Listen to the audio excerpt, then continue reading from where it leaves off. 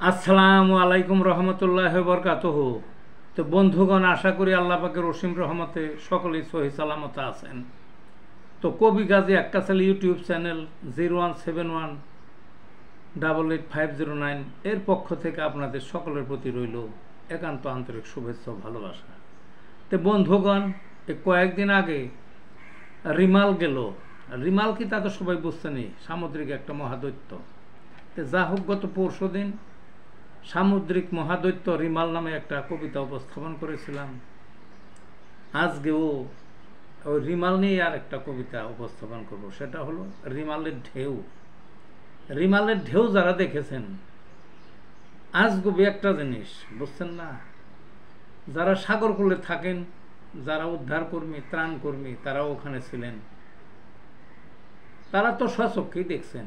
তাছাড়া এখন তো দেখার কোনো সমস্যা নাই, মিডিয়ার অনলাইনের সব কিছুর মধ্যেই দেখা যায়। অদ্ভুত, বুঝছেন না, মারাত্মক অবস্থা, কার হৃদয় না কাঁপে ভয়ে। যা হোক, আমিও দেখেছি অনলাইনে, দেখে এই অনুভূতিতে থেকে কবিতাটার নাম কি, রিমালের ঢেউ।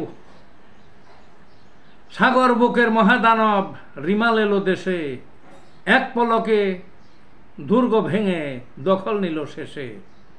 দেখার আগে লন্ড ভণ্ড লক্ষ ঢেউয়ের তোরে, ঢেউয়ের লরি ঢেউয়ের পুরি ধরল এসে ঝেঁকে। ঢেউয়ের গর্জন এত বিকট 10 মাইল দূরে, কানের তারা ফেটে গেল বাঁচাও বাবা মোরে। উল্টা পাল্টা ঢেউয়ের খেলা প্রতিযোগীর মোড়ে, এক এক ঢেউ পাহাড় সমান যেন আকাশ ছবে। প্রথম ধাক্কা সুন্দরবনে, সবই পানির নিচেই, পরক্ষণে বেরি বাঁধ কোথায় গেল মিলে। কুলের মাটি ছিটকে গেছে চোখে দেখার আগে, এমন ঢেউ দেখেনি কেউ 14 পুরুষ ধরে। এই ছিল কবিতাটা। আছে রিমালের বহু দিক আছে, বহু ক্ষয়ক্ষতি আছে, বহু কিছু দেখার আছে। ঢেউটাই এখানে প্রাধান্য দেওয়া হয়েছে এবং কবিতাটার নাম ছিল রিমালের ঢেউ।